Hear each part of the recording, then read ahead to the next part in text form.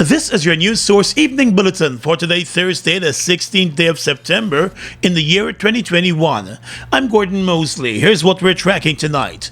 A post-mortem examination was conducted today on the body of Essequibo businessman in Boston, who was shot dead during an operation by the SWAT unit of the Guyana police force yesterday morning.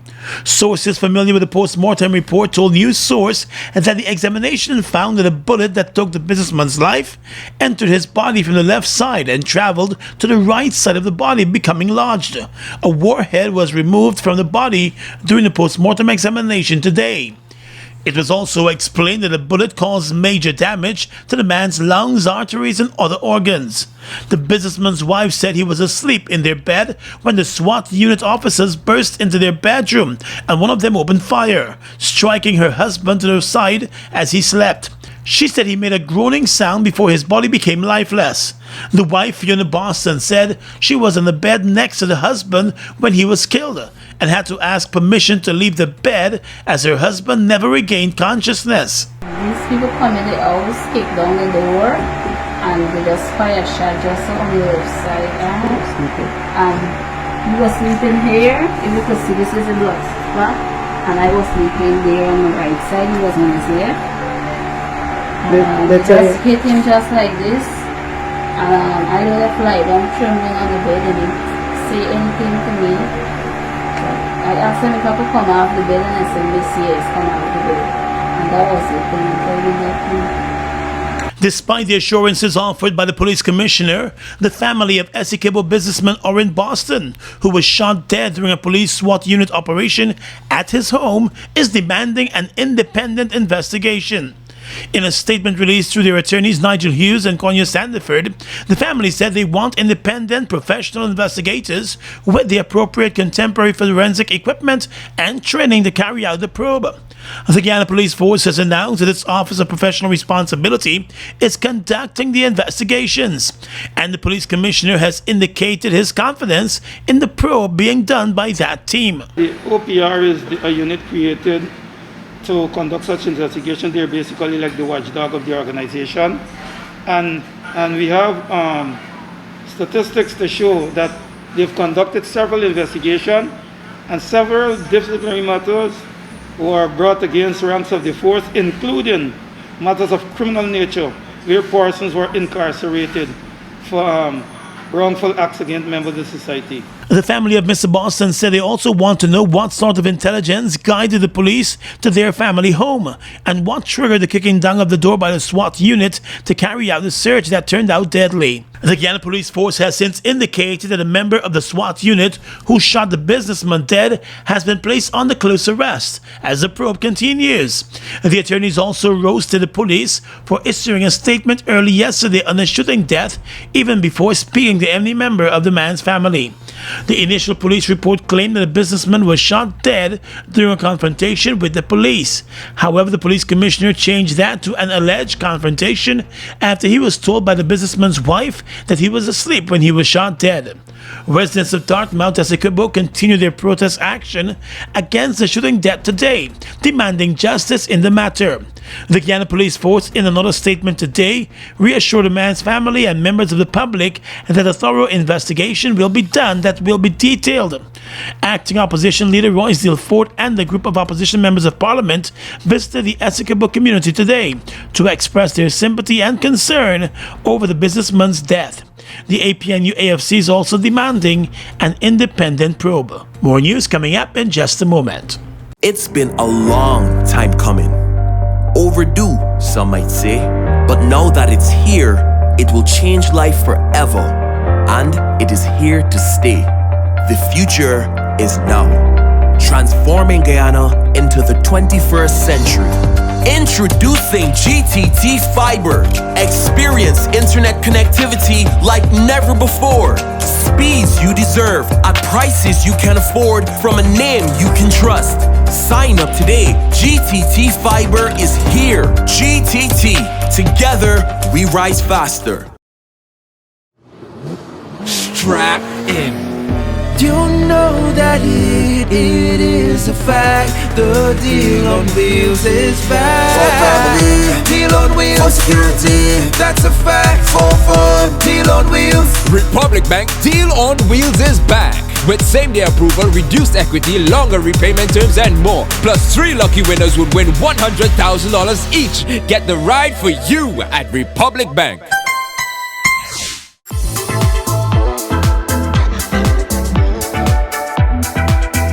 My name is Malkia. I have taken the vaccine and today I am fully vaccinated. When the vaccine arrives for the adolescent, I will ensure that my daughter takes the vaccine.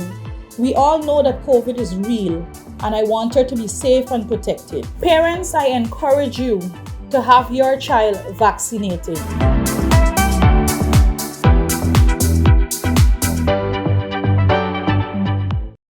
We've got exciting news! All 12-ounce yellow cab Buster are now only $100. Buster, live in Come full get color. your Buster, Buster $100.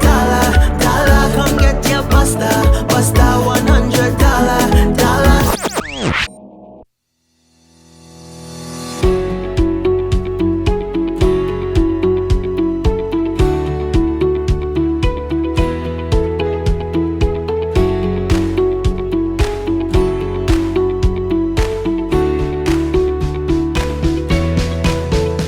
Let GBTI make your dreams of owning a home a reality. Buy or build your home with us. Let us help you to completely outfit your home and make it move-in ready. Need to purchase land? We finance that too. Benefit from our 10% down payment and interest rates as low as 4.25%. Calculated on the reducing balance with up to 30 years to repay. Switch your mortgage to us and learn about benefiting from the equity in your home. Invest wisely. Apply online or call your branch to schedule an appointment. GBTI, we see Guyana through your eyes.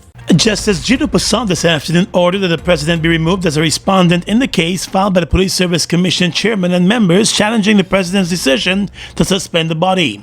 In his ruling, Justice Poussin explained that due to the president of Guyana being immune from any criminal and civil proceedings related to his duties as president, he should be removed from the matter.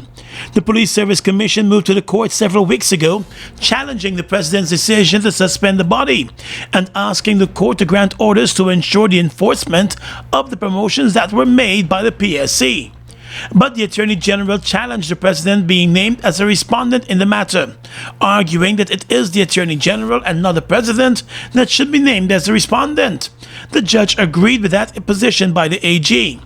The judge made it clear that the ruling does not mean that the act of the president is not subjected to public scrutiny in the court, but it deals with naming him as a respondent.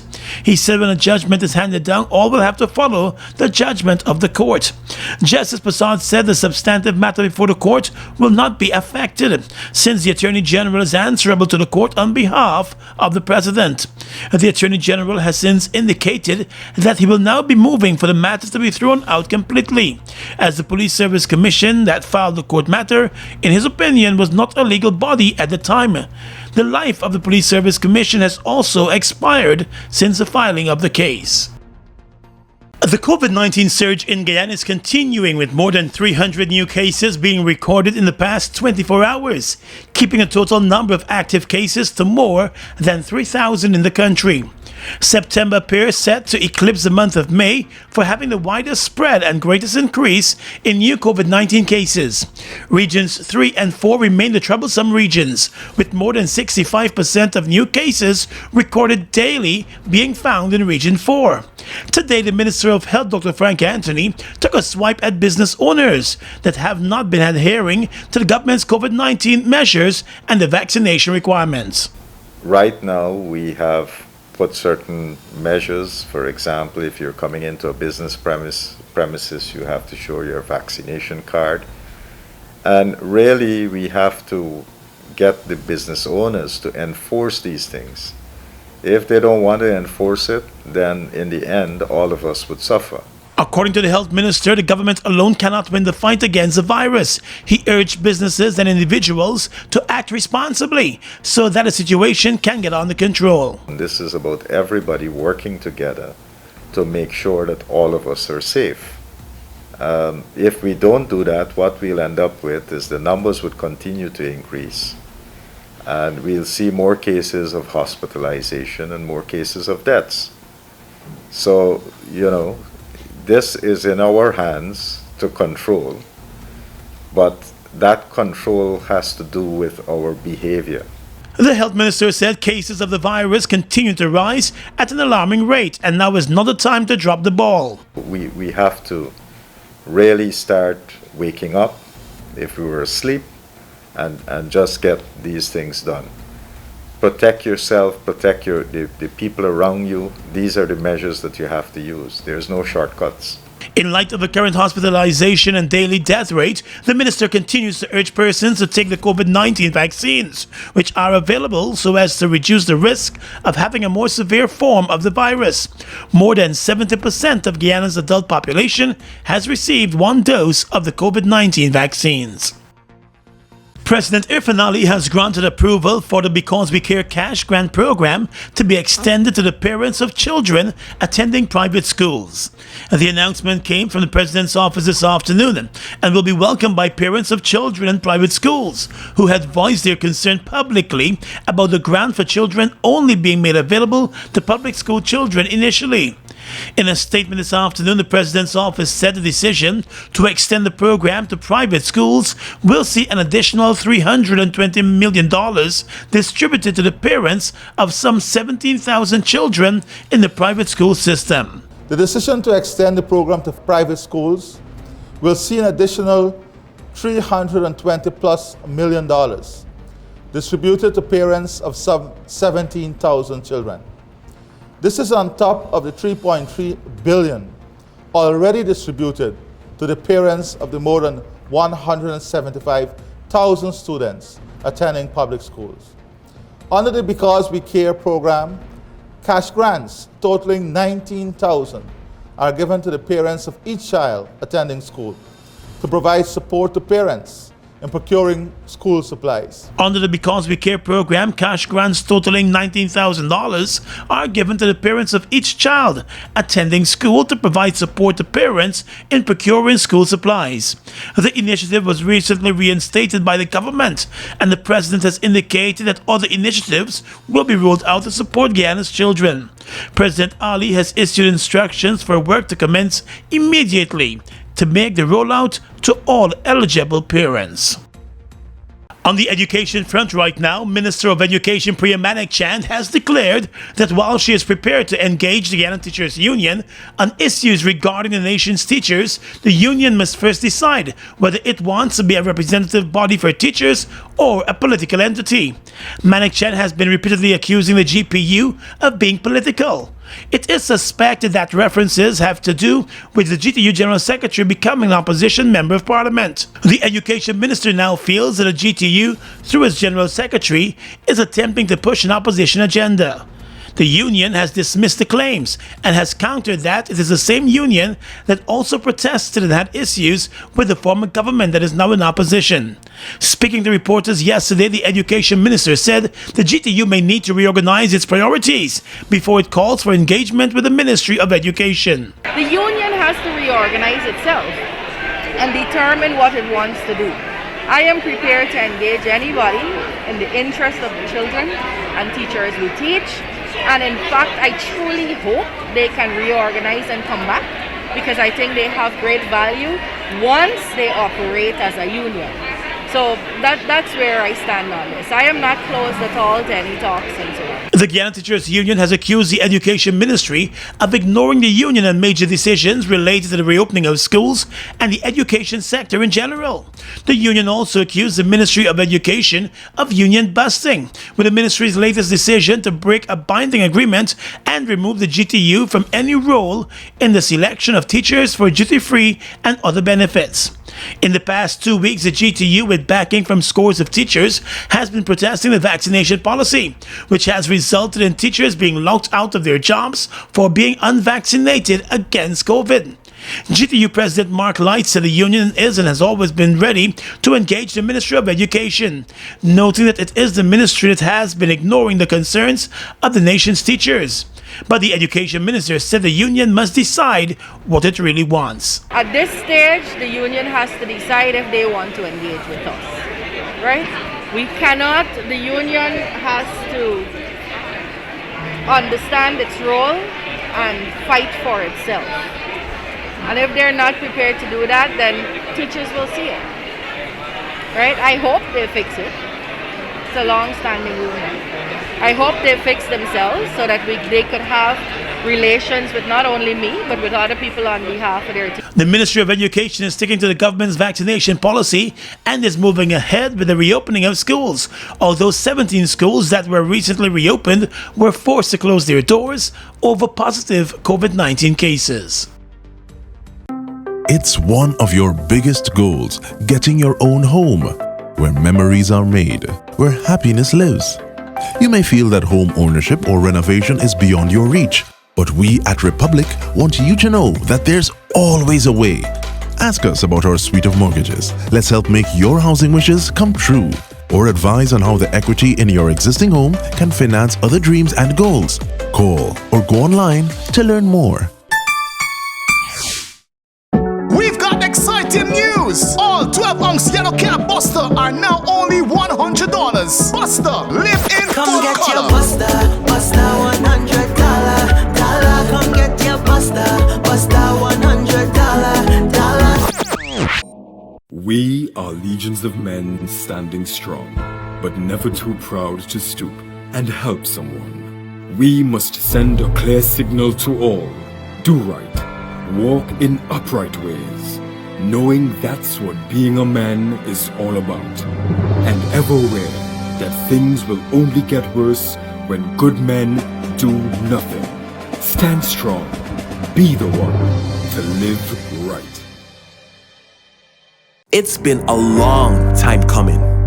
Overdue, some might say. But now that it's here, it will change life forever. And it is here to stay. The future is now, transforming Guyana into the 21st century. Introducing GTT Fiber. Experience internet connectivity like never before. Speeds you deserve at prices you can afford from a name you can trust. Sign up today. GTT Fiber is here. GTT. Together, we rise faster. Fuel it up and drive, super 95. Fuel it up and drive, super 95. Protect your fuel system, boy. High mileage and performance, boy.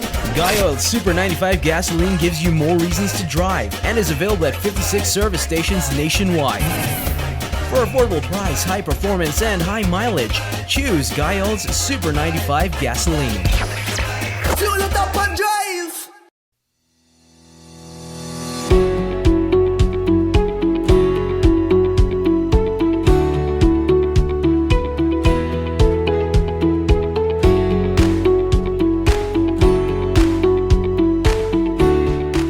Across the region tonight, the volume of airline passengers in Jamaica hovers at 1/4 below record levels, which signals some recovery at least during summer months, according to traffic data released on Monday by the Pacific Airport Group, which controls Jamaica's two largest international airports. The total international passengers passing through Sangster International Airport in Montego Bay and Norman Manley International Airport in Kingston were under 2019 pre-pandemic levels by around 27% in June, 29% in July, and 27% in August. Year to date, however, total passengers are down by half when compared to 2019 levels. GAP operates 14 airports, 12 in Mexico and 2 in Jamaica. Its Mexican operations are overall down by 2.0% when compared to 2019 levels. The group, in a release on its traffic figures, said that COVID-19 protocols were hindering growth, but that additional flights were coming on stream. Jamaica registered its highest arrivals and departures in 2019, a year prior to the onset of the pandemic in 2020, which led to the partial closure of the travel industry. In neighboring Brazil, the country's Supreme Court has suspended a high-profile land rights case that the country's indigenous people say is vital for their survival, with no new date set for when it will retake the matter. The top court is weighing whether a state government applied an overly narrow interpretation of indigenous rights by only recognizing tribal lands occupied by native communities at the time Brazil's constitution was ratified in 1988. Indigenous rights groups say the rule was unconstitutional because there was no time frame in the 1988 Constitution which guaranteed the right to ancestral lands. The case was suspended after one of the justices asked for more time. As things stand, 2 members of the 11-member court have ruled so far, with one justice in favor of a cutoff date for land claims while another has voted to end the time frame. The government of far-right President Jair Bolsonaro draws support from the agriculture sector, which largely supports the time frame. It argues that a time framework gives legal security to farmers, many of whom have lived for decades on land once inhabited by natives. And finally tonight, international news. Southwest Airlines in the U.S. has become the latest big U.S. airline to try to cajole workers into getting vaccinated as infection rates surge across the U.S. for COVID-19. The airline said it would pay a bonus to staff members who got vaccinated, but also stop sick pay for unvaccinated workers who had to quarantine with COVID. Southwest said it was unrelated to Joe Biden's upcoming vaccine mandate for firms, but it plans to comply with the order. Delta, American, and United Airlines have all made similar moves recently. In a memo to workers, Southwest Airlines said those who submit proof of vaccination to the company by the 15th of November would get 16 hours of extra pay. The Department of Labor in the U.S. is set to make COVID jabs mandatory at larger private firms and federal employers in the coming weeks, affecting up to 100 million U.S. workers. And that's your News Source Evening Bulletin for tonight. I'm Gordon Mosley, reporting and encouraging you to stay safe.